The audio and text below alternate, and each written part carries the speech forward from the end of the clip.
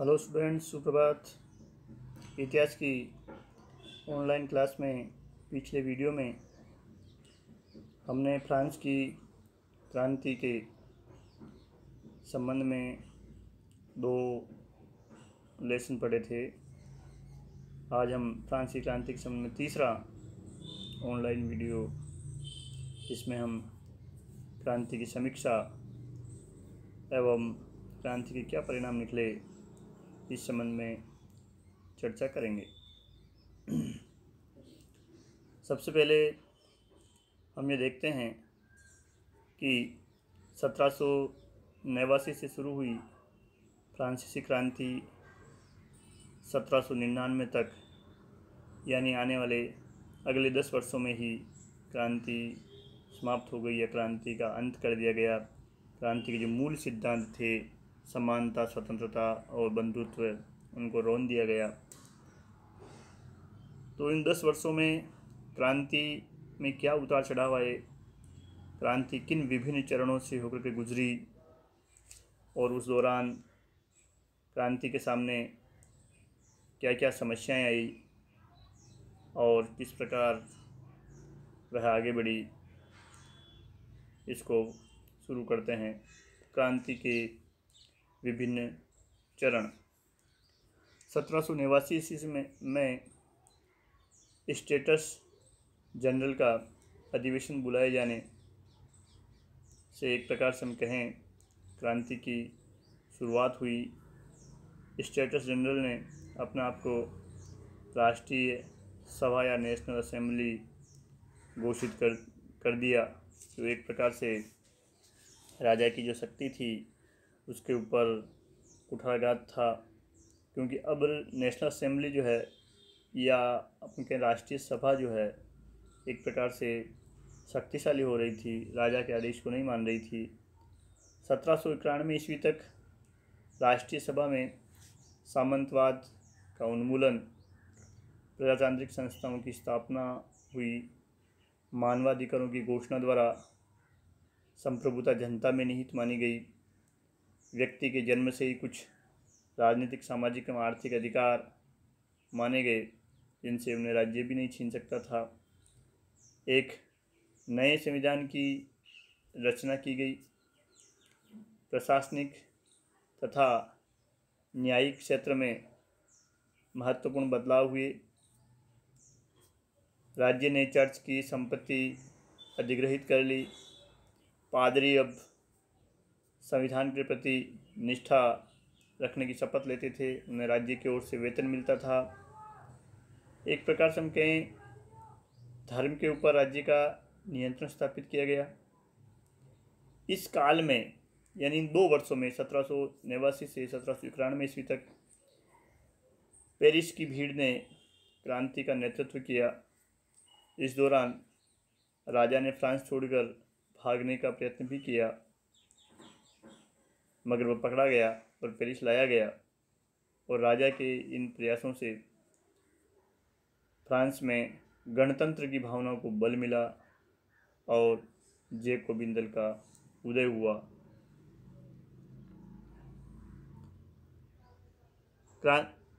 संविधान की घोषणा के बाद 1791 में नए संविधान की घोषणा के बाद राष्ट्रीय सभा ने स्वयं को विघटित कर लिया और एक बहुत बड़ी अपन कहें कमी रह गई राष्ट्रीय सभा के संविधान की रचना में कि उसने ऐसे सब सदस्यों को व्यवस्थापिका के लिए या नवीन विधानसभा के लिए निर्वाचित होने की पाबंदी लगा दी जो स्टेटस जनरल के प्रतिनिधि थे। तो इस प्रकार एक अनुभवी और योग्य शासकों से ये नई जो विधानसभा थी वो वंचित रह गई।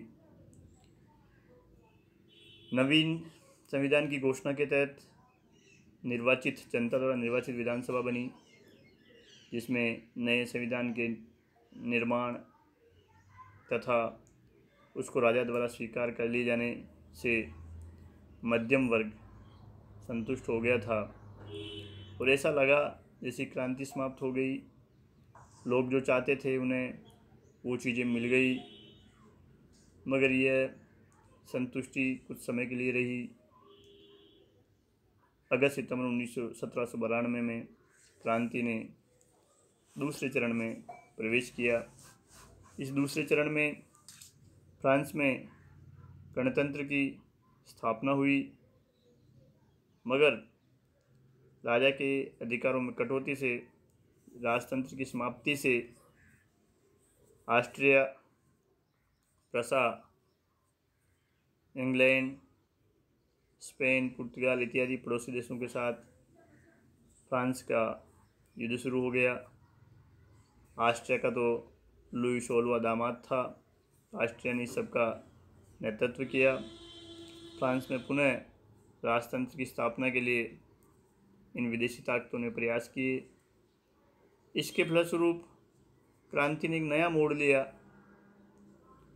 और अब विधानसभा का स्थान नवनिर्वाचित नेशनल कन्वेंशन ने ले लिया। यानी एक ही वर्ष ये नए संविधान के तहत विधानसभा काम कर पाई। 1792 से 95 ईस्वी तक इस नेशनल कन्वेंशन ने कार्य किया और नेशनल कन्वेंशन के साथ ही क्रांति का तीसरा चरण शुरू हुआ। क्रांति के तीसरे चरण में उग्रवादी क्रांति भक्तों या क्रांति के समर्थकों, क्रांति के रक्षकों शब्द यूज कर सकते हैं इसके लिए, इन लोगों ने क्रांति विरोधियों का निर्ममता से दमन किया। गिलोटिन, जहाँ जिस पर लिटा करके मनुष्य का सिर काट दिया जाता था, हजारों लोगों को गिलोटिन पर चढ़ाया गया और एक प्रकार से फ्रांस में आतंक का राज्य जो मार्च 1793 से जुलाई 1794 ईस्वी तक चला, लगभग एक वर्ष से कुछ अधिक समय तक, इस काल में शासन सत्ता ऐसे उग्रवादी और प्रतिबद्ध क्रांतिकारियों के हाथों में आ गई जिन्होंने असाधारण अधिकारों का प्रयोग करते हुए क्रांति विरोधियों और स्वयं उनके व्यक्तिगत विरोधियों का भी निर्ममता से सफाया कर दिया। इस आतंकी राज्य का नेता रोबेस्पियर था।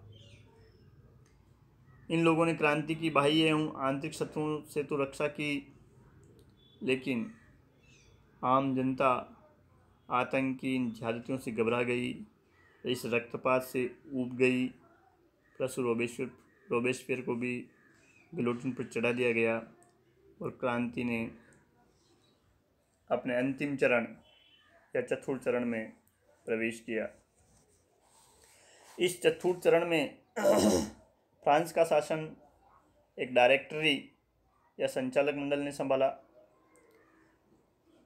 इस डायरेक्टरी में 5 सदस्यीय समिति थी जो कि शासन की सारी कार्यकारी शक्तियों का प्रयोग करती थी तथा विधायी शक्तियों का प्रयोग करने के लिए एक 2 सदन वाली संसद भी बनाई गई। इस डायरेक्टरी के शासन में फ्रांस को विदेशी मोर्चों पर भारी सफलता प्राप्त हुई।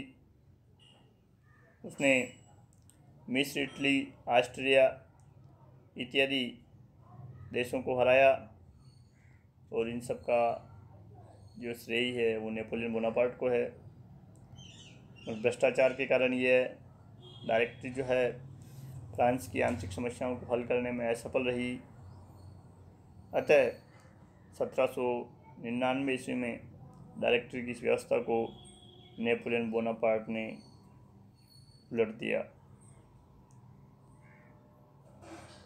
इस प्रकार क्रांति ने जिस निरंकुश राजतंत्र या एकतंत्र का अंत किया था, वह नेपोलियन के नेतृत्व में 10 वर्षों बाद ही पुनर्स्थापित हो गया। मगर क्रांति के जो महत्वपूर्ण सिद्धांत थे, हम कहें क्रांति के फल थे, क्रांति के जो नारे थे, समानता, स्वतंत्रता एवं भ्रातृत्व, उसका स्वाद फ्रांस ही नहीं वरन पूरा यूरोप चख चुका था। अब प्रत्येक देश में समानता की और स्वतंत्रता की मांग की जाने लगी। फ्रांसीसी क्रांति की हम इसका नारा या इसके महत्वपूर्ण सिद्धांत देखें या इसकी देन को भी हम यदि थोड़ा परिभाषित करना चाहें तो इसकी महत्वपूर्ण देन को हम समानता, स्वतंत्रता और भ्रातृत्व या बंधुत्व नामक 3 शब्दों में व्यक्त कर सकते हैं। समाज में कोई कुलीन, कोई निम्न वर्ग नहीं होगा, न आर्थिक रूप से और ना ही अन्य जातीय रूपों में। देश के सभी लोग समान होंगे, उनके लिए एक ही प्रकार के कानून होंगे, सभी को समान रूप से कर देने होंगे, कोई विशेषाधिकार प्राप्त या विशेषाधिकार विहीन नहीं होगा। ईश्वर ने सब मनुष्यों को समान बनाया है, इसलिए समानता की भावना सभी लोगों में, चाहे वो महिला हो, चाहे पुरुष हो, चाहे अमीर हो, चाहे गरीब हो, चाहे किसी भी क्षेत्र का रहने वाला हो, किसी भी जाति का हो, किसी भी धर्म का हो, सब एक प्रकार से समान माने गए। तो समानता फ्रांसीसी क्रांति की सबसे बड़ी देन हम इसको मान सकते हैं, जो नेपोलियन के एक तंत्रीय शासन या अधिनायकवादी शासन के दौरान भी बनी रही। स्वतंत्रता, मनुष्य जन्म से ही स्वतंत्र उत्पन्न होता है, और रूसो का जो प्रसिद्ध कथन था कि समाज ने उसे हर जगह जंजीरों में जकड़ रखा है। मनुष्य को विचार अभिव्यक्ति की, भाषण की, लेखन की, इन सब की स्वतंत्रता मिलनी चाहिए। उसे अपनी जीविकोपार्जन की, वो क्या काम करे, किससे अपनी जीविका चलाए, उसको स्वतंत्रता होनी चाहिए। ये चीज़ फ्रांसीसी क्रांति की सबसे बड़ी देन थी। तीसरा क्रांति का नारा था भ्रातृत्व या बंधुत्व। एक देश में रहने वाले सभी लोग आपस में भाईचारे के साथ रहेंगे, बिना किसी रक्तपात, हिंसा, भेदभाव, ऊंच नीच इत्यादि को छोड़ करके बंधुत्व या भाईचारे की भावना के साथ रहेंगे। ये एक फ्रांसीसी क्रांति के 3 प्रमुख सिद्धांत जो स्थापित हुए, हम कह सकते हैं समानता, स्वतंत्रता और बंधुत्व। अब हम देखते हैं इस फ्रांसीसी क्रांति ने किस प्रकार फ्रांस को प्रभावित किया, या यूरोप में इसका क्या प्रभाव पड़ा, पूरा विश्व किस प्रकार इससे प्रभावित हुआ। फ्रांसीसी क्रांति ने फ्रांस की जनता को ही नहीं अपितु यूरोप और संपूर्ण विश्व को प्रभावित किया। क्रांति के सिद्धांतों, स्वतंत्रता, समानता और बंधुत्व के नारों से पूरा यूरोप गूंज उठा। यानी 1789 हम कहें यूरोप, विशेष तौर से यूरोप के इतिहास में एक महत्वपूर्ण बिंदु है। फ्रांस के संदर्भ में क्रांति के जो परिणाम थे, उनमें पहला था निरंकुश एवं स्वेच्छाचारी बुर्बो राजवंश का अंत हो गया, जहां लुई 14 जैसे अति निरंकुश शासक हुए थे कि आई एम द स्टेट, मैं ही राज्य हूँ, राज्य के बाहर कुछ नहीं है, या राजा का जो इच्छा थी वही कानून था। राज्य की जो आय थी, राजा उसे मनमाने तरीके से अपने इच्छानुसार जो खर्च करता था उस पर पाबंदी लग गई, उसका अंत हो गया। अब राज्य की आय जो है एक प्रकार से हम कहें जनता के हित में खर्च की जाएगी। तो ऐसा जो एक तंत्री शासन था, निरंकुश, जिस पर किसी प्रकार का कोई अंकुश नहीं था, न धर्म का, न परंपराओं का, न लोगों का, न जन कल्याण का, किसी भी प्रकार का, इस 1789 की क्रांति ने फ्रांस में बुर्बो वंश का अंत कर दिया। दूसरा जो महत्वपूर्ण परिणाम था क्रांति का, वो सामाजिक क्षेत्र में था। क्रांति से पूर्व फ्रांस में जो 2 प्रकार के वर्ग थे, विशेषाधिकार प्राप्त वर्ग और विशेषाधिकार विहीन वर्ग। तो विशेषाधिकार वर्ग की समाप्ति इस क्रांति ने कर दी। अब किसी भी वर्ग को, चाहे कुलीन, पादरी, सामंत, कोई भी हो, उसे कर देना पड़ेगा। कानून के समक्ष सभी समान होंगे, किसी को भी विशेष दर्जा प्राप्त नहीं होगा। अमीर गरीब सारे व्यक्ति एक ही कैटेगरी में, एक ही प्रकार के कर देने वाले, और बेगार को एक प्रकार से समाप्त कर दिया गया। तो ये महत्वपूर्ण परिणाम सामाजिक क्षेत्र में आया, विशेषाधिकार वर्ग की समाप्ति। दूसरा सामाजिक परिणामों के अंदर हम देखें तो सामंत का जो महत्व था, क्रांति से पूर्व वर्साई के राज दरबार में राजा की हाँ में हाँ मिलाकर उन्होंने जो जनता के ऊपर बहुत सारे अत्याचार किए थे, उनका आर्थिक शोषण किया था, और सारे राजकीय धन को जिन्होंने विलासिता में उड़ा दिया था, उस सामंत वर्ग का महत्व इस क्रांति ने समाप्त कर दिया। उनके कोई विशेषाधिकार नहीं रहे, कानून के समक्ष उनको कोई विशेष प्रोटेक्शन नहीं रहा। अब वो भी एक आम जन के समान, साधारण जनता के समान हो गए। इस क्रांति ने मध्यम एवं निम्न वर्ग की दशा में सुधार किया, जिसमें विशेष तौर से जो बुद्धिजीवी वर्ग जिन्हें हम कह सकते हैं, ये लोग आर्थिक रूप से उतने परेशान नहीं थे, मगर इन लोगों को स्वतंत्रता चाहिए थी, समानता चाहिए थी, वो इनको मिल गई। अभिव्यक्ति की स्वतंत्रता इनको मिली। निम्न वर्ग की दशा में सुधार हुआ। चर्च की जो संपत्ति थी या जमींदारों से जो छीनी हुई ज़मीन थी, वो किसानों को सस्ते दामों पर लगभग मुफ्त में आवंटित हुई, जिसके कारण उनकी दशा सुधरी और उनसे बेगार लेने पर रोक लगाई गई। तो इस प्रकार मध्यम एवं निम्न वर्ग की दशा को सुधारने में इस क्रांति ने महत्वपूर्ण योगदान दिया।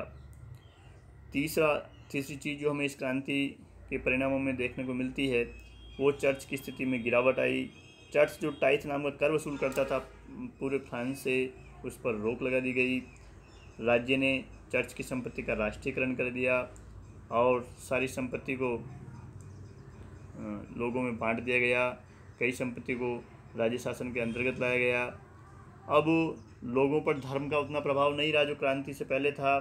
अब लोगों ने धर्म के अंधविश्वासों से दूर होकर तर्क एवं बुद्धि की पूजा को महत्व दिया। हर बात को तर्क के तराजू पर तोला जाने लगा। ऐसा नहीं पादरियों ने कह दिया, चर्च ये कहता है, बाइबिल ये कहती है, इस चीज़ को लोगों ने नकारना शुरू कर दिया। हर चीज़ पर तर्क वितर्क शुरू हो गया। पादरियों का जो महत्व इस क्रांति से पूर्व था, उनके महत्व में कमी आई। अब वो चर्च के प्रति नहीं, वरन फ्रांस के शासन के प्रति उत्तरदायी थे, संविधान के प्रति उत्तरदायी थे। उन्हें संविधान के प्रति निष्ठा की शपथ लेनी पड़ती थी। उन्हें राज्य की ओर से वेतन मिलता था। एक प्रकार से हम ये कहें कि धर्म को राज्य शासन के अंतर्गत लाया गया। अब धर्म राज्य पर शासन नहीं करेगा, राज्य जो है धर्म पर शासन करेगा। कैथोलिक चर्च के अतिरिक्त अन्य जो धर्मावलंबी थे, उनको भी धार्मिक स्वतंत्रता इस क्रांति के बाद दी गई। क्रांति की शुरुआत का या क्रांति का जो प्रमुख कारण था, वो आर्थिक कारण था। फ्रांस में यदि फ्रांसीसी शासन आर्थिक रूप से संकटग्रस्त नहीं होता तो स्टेट्स जनरल का अधिवेशन नहीं बुलाया जाता, और स्टेट्स जनरल का अधिवेशन नहीं बुलाया जाता तो क्रांति की शुरुआत नहीं होती। तो इस क्रांति ने आर्थिक क्षेत्र में काफ़ी आमूलचूल परिवर्तन कर दिए। जो फ्रांस की आम जनता को जो गेबेल नामक एक नमक खरीदने पर कर देना पड़ता था, उस कर को समाप्त कर दिया। कोरवी जो बेगार उनसे सड़क बनाने के लिए ली जाती थी, उसकी समाप्ति कर दी गई। चर्च का जो कर था टाइथ, वो समाप्त कर दिया। चर्च की संपत्ति एवं सामंतों की ज़मीनें वो किसान वर्ग को बांट दी गई। फ्रांस में पत्र मुद्रा का प्रचलन शुरू हुआ। व्यापार वाणिज्य को बढ़ावा देने के लिए जगह जगह पर जो चुंगी चौकियाँ थी कर वसूल करने के लिए, उन चुंगी चौकियों को समाप्त कर दिया गया, जिससे वस्तुएं सस्ती हुई, जिसका बेनिफिट आम जनता को मिला। तो आर्थिक क्षेत्र में इस क्रांति ने लोगों के जीवन को एक प्रकार से हम कहें सुविधापूर्ण बनाया। प्रशासनिक, संवैधानिक एवं न्यायिक सुधार। वाल्टेयर ने जहाँ कहा था कि फ्रांस में हर 20-30 किलोमीटर के ऊपर कानून बदल जाते हैं, कि चोरी करने का दंड एक प्रांत में हाथ काट देना था, दूसरे प्रांत में फांसी की सज़ा थी, तो तीसरे प्रांत में एक प्रकार से कुछ कोड़े लगाकर छोड़ दिया जाता था। तो इस प्रकार के जो कानून फ्रांस में प्रत्येक प्रांत में थे, उन सब में एक रूपता लाई गई। अब पूरे फ्रांस में किसी एक अपराध के लिए एक ही प्रकार का दंड दिया गया। प्रशासन में एक रूपता लाई गई। न्याय व्यवस्था को दुरुस्त किया गया, उसमें सुधार किए गए एवं ऐसे कानून बनाए गए। और बाद में नेपोलियन की तो जो दंड संहिता थी, वो आज भी फ्रांस में प्रचलित है, जो पूरे देश में लागू थी, नहीं कि किसी एक विशेष प्रांत में लागू थी। सभी प्रांतों में एक समान व्यवस्था, अधिकारी तंत्र की स्थापना इस क्रांति ने की। फ्रांसीसी क्रांति की जो महत्वपूर्ण देन थी, वो मानवाधिकारों की घोषणा थी। इस मानवाधिकारों की घोषणा ने व्यक्तिक स्वतंत्रता, भाषण एवं विचार अभिव्यक्ति की स्वतंत्रता को स्वीकार किया। स्वतंत्रता, समानता एवं जनता के प्रभुत्व की घोषणा इस मानवाधिकारों की घोषणा में निहित थी, जिसे बाद में यूएनओ की महासभा ने भी 10 दिसंबर 1948 को इसको स्वीकार किया। तो ये बहुत बड़ी देन थी कि मनुष्य को जन्म से ही कुछ जो अधिकार प्राप्त होते हैं समानता के, स्वतंत्रता के, उनको कोई भी नहीं छीन सकता, राज्य भी नहीं छीन सकता। ये एक बहुत बड़ी बात थी उस समय। क्रांति के कुछ दुष्प्रभाव भी पड़े। आतंक का राज्य स्थापित हुआ, भयंकर रक्तपात हुआ, एक प्रकार से अशांति पूरे फ्रांस में, अराजकता, अव्यवस्था इत्यादि व्याप्त रहे। एक अफरा तफरी का माहौल रहा। पता नहीं शासन सत्ता जो किस व्यक्ति को पकड़कर गिलोटिन पर चढ़ा दे, किसकी संपत्ति छीन ले, किसी को क्रांतिद्रोही सिद्ध करके मृत्युदंड दे दे। इस प्रकार लगभग 10 सालों तक फ्रांस में अव्यवस्था विद्यमान रही। उसे अपने पड़ोसियों के साथ, ऑस्ट्रिया, प्रशा, स्पेन, पुर्तगाल इत्यादि के साथ युद्धों में उलझना पड़ा और अंत में क्रांति की शुरुआत के 10 वर्ष बाद पुनः फ्रांस में राजवंश की स्थापना या संस्थापक के रूप में नेपोलियन का उदय हुआ, जो अपने आप को क्रांति पुत्र कहता था, मगर जिसने क्रांति की हत्या कर दी, क्रांति के मूल सिद्धांतों को जिसने बदल दिया। ये फ्रांस पर कुछ प्रभाव हमें देखने को क्रांति के मिलते हैं, परिणाम देखने को मिलते हैं। यूरोप के संदर्भ में हम देखें तो यूरोप में अब राजनीतिक अधिकारों की मांग तेज हो गई। इंग्लैंड के जो उपनिवेश थे, विशेष तौर से आयरलैंड में उस समय अधिकारों की मांग की जाने लगी, राजनीतिक अधिकारों की मांग की जाने लगी, समानता की मांग की जाने लगी और विभिन्न प्रकार के आंदोलन इस दौरान इन अधिकारों के लिए हुए। शासन ने भी एक प्रकार से इन आंदोलनों को दबाने के लिए प्रतिक्रियावादी नीतियाँ अपनाई। मैटरनिक्स का एक प्रकार से करता धरता था। वियना समझौते में पुनः पुरातन व्यवस्था यानी राजतंत्र को स्थापित करने की बात की गई। जनता के अधिकारों को दबाने के लिए नीतियाँ बनाई गई और शासन जो था एक प्रकार से डर गया कि उनके यूरोप के अन्य देशों में भी कहीं राजतंत्र का जनता क्रांति नहीं कर दे, तो अधिक से अधिक जनता को कैसे दबाया जाए, जनता की स्वतंत्रता का कैसे गला घोटा जाए। तो इस प्रकार की नीतियाँ भी यूरोप में बनी। फ्रांसीसी क्रांति की जो सबसे बड़ी देन थी वो थी राष्ट्रीयता की भावना का उदय था। हमारा देश, हमारा धर्म, हमारी भाषा, हमारा राष्ट्र सर्वाधिक उन्नत हो, ये सारी जो चीज़ है राष्ट्रीयता के अंतर्गत, ये भावना 1789 की फ्रांसीसी क्रांति की एक प्रकार की देन या ये प्रभाव पूरे यूरोप और विश्व में पड़ा। एक ही राष्ट्रीयता के लोग अपने देश में या अपने देश के भले के लिए सोचने लगे, बात करने लगे। ये महत्वपूर्ण परिणाम था राष्ट्रीयता की भावना का। जनता की आवाज़ को किस प्रकार दबाया जाए, उनकी मांगों को, आंदोलनों को किस प्रकार दबाया जाए, इसके लिए कूटनीतिक सम्मेलनों का सिलसिला भी शुरू हुआ और ये सब मैटरनिक की देन थी कि जनता को अधिक से अधिक दबा कर रखना और राजतंत्री व्यवस्था को बनाए रखना। ये भी इस फ्रांसीसी क्रांति के बाद शुरू हुए। पूरे संसार में या विश्व पर हम इस क्रांति के प्रभाव को देखें तो क्रांति ने प्रजातंत्र की विचारधारा को लोकप्रिय बनाया। समानता, स्वतंत्रता और बंधुत्व जो कि प्रजातंत्र की आत्मा है, ये फ्रांसीसी क्रांति की देन रही। राजा अपनी निरंकुशता के कारण एक प्रकार से फ्रांस में शक्तिहीन होकर के मृत्युदंड का भागी बना और ये जनता के अधिकारों वाली व्यवस्था, जनता को मत देने का अधिकार हो, उसकी संपत्ति सुरक्षित रहे, कानून के समक्ष सबको समान माना जाए, कोई भी विशेषाधिकार प्राप्त वर्ग नहीं हो, सभी व्यक्तियों के अधिकार समान हो, आर्थिक सामाजिक रूप से सब समान हो।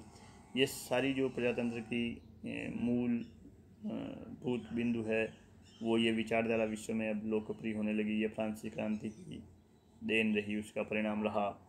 अभी जैसे देखा यूरोप पर भी इसका प्रभाव पड़ा। राष्ट्रीयता की भावना कि मेरा देश, मेरे देश का गौरव, मेरे देश का सम्मान, या एक ही राष्ट्रीयता के लोग जो अलग अलग रहते हैं उन्हें अपने देश के प्रति जो एक प्रकार की भावना है कि मेरा देश किसी से पराजित नहीं हो, मेरा देश सबसे अधिक शक्तिशाली हो, मेरा देश विश्व में हर मामले में नंबर 1 हो, ये सारी जो भावना है ये विश्व पर इसका प्रभाव हमें फ्रांसीसी क्रांति के बाद दिखाई देता है। सबसे बड़ी जो चीज़ थी इस क्रांति की वो थी धर्मनिरपेक्षता की भावना का उदय।